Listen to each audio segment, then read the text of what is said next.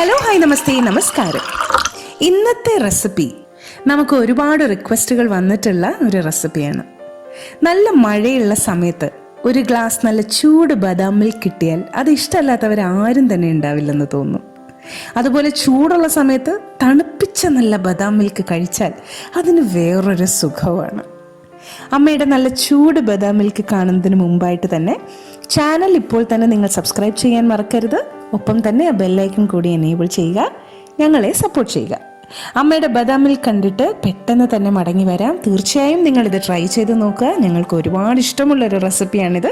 അതുകൊണ്ട് തന്നെയാണ് നിങ്ങളുമായിട്ട് ഷെയർ ചെയ്യുന്നതും. നിങ്ങളുടെ കമൻസും ഫീഡ്ബാക്കും ഞങ്ങൾക്ക് ആവശ്യമാണ്. അപ്പോൾ അമ്മയുടെ നല്ല അടിപൊളി ബദാം മിൽക്കിലേക്ക് കിടക്കാം.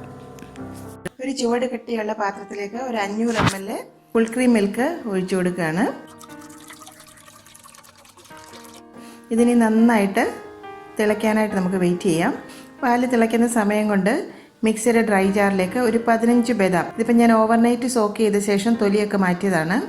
അതല്ലെങ്കിൽ ഒരു അരമണിക്കൂർ ചൂടുവെള്ളത്തിലൊന്ന് ഇട്ട് വെച്ചിരുന്നാലും ഇതുപോലെ തന്നെ തൊലി മാറ്റിയെടുക്കാൻ പറ്റും. ഇതൊന്ന് കരച്ചെടുക്കാം. തീരെ ഫൈനാകേണ്ട ആവശ്യമില്ല.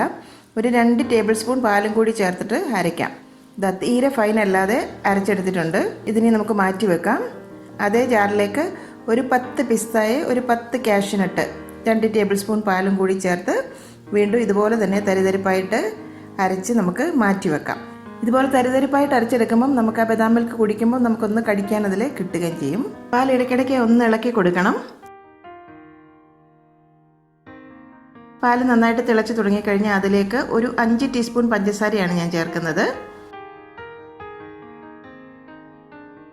പഞ്ചസാരയൊക്കെ ഒന്ന് അലിഞ്ഞ് വന്നു കഴിഞ്ഞാൽ, നന്നായിട്ട് പാലൊന്ന് തിളച്ച് തുടങ്ങിക്കഴിഞ്ഞാൽ നമുക്ക് ഫ്ലെയിം ഒന്ന് ലോയിലേക്ക് ആക്കി വെക്കണം. ഈ സമയത്ത് ഒരു 3-4 ടേബിൾ സ്പൂൺ ചൂട് പാലിലേക്ക് ഒരു പിഞ്ച് സാഫ്രോണ് ഞാൻ കുതിർത്ത് വെച്ചിരുന്നതാണ്.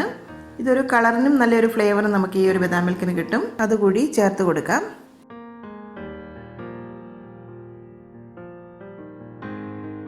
ഒരു ടീസ്പൂൺ ഏലക്ക നല്ല ഫൈനായി പൊടിച്ചതാണ്, അതും കൂടി ചേർത്ത് കൊടുക്കാം.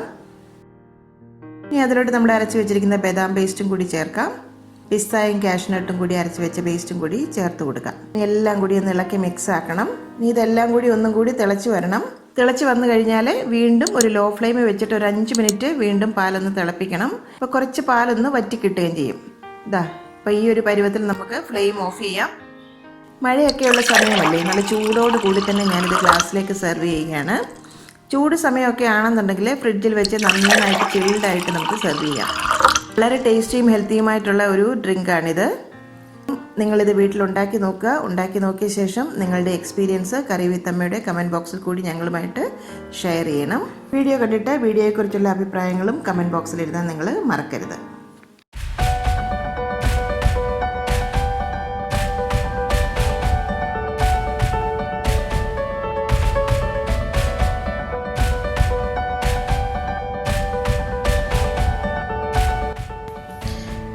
എൻ്റെ അമ്മയുടെ ഇന്നത്തെ ഈ റെസിപ്പി നിങ്ങൾക്ക് ഇഷ്ടമായെങ്കിൽ ഈ വീഡിയോ നിങ്ങൾ തീർച്ചയായും ലൈക്ക് ചെയ്ത് ഷെയർ ചെയ്ത് ഞങ്ങളെ സപ്പോർട്ട് ചെയ്യണം. ഒപ്പം തന്നെ കറി വിത്ത് അമ്മ സബ്സ്ക്രൈബ് ചെയ്യാനും ബെൽ ഐക്കൺ ക്ലിക്ക് ചെയ്യാനും മറക്കരുത്. പെട്ടെന്ന് തന്നെ ഞാനും അമ്മയും മറ്റൊരു റെസിപ്പിയുമായി എത്തും. അതുവരേക്കും നന്ദി, ഗുഡ് ബൈ.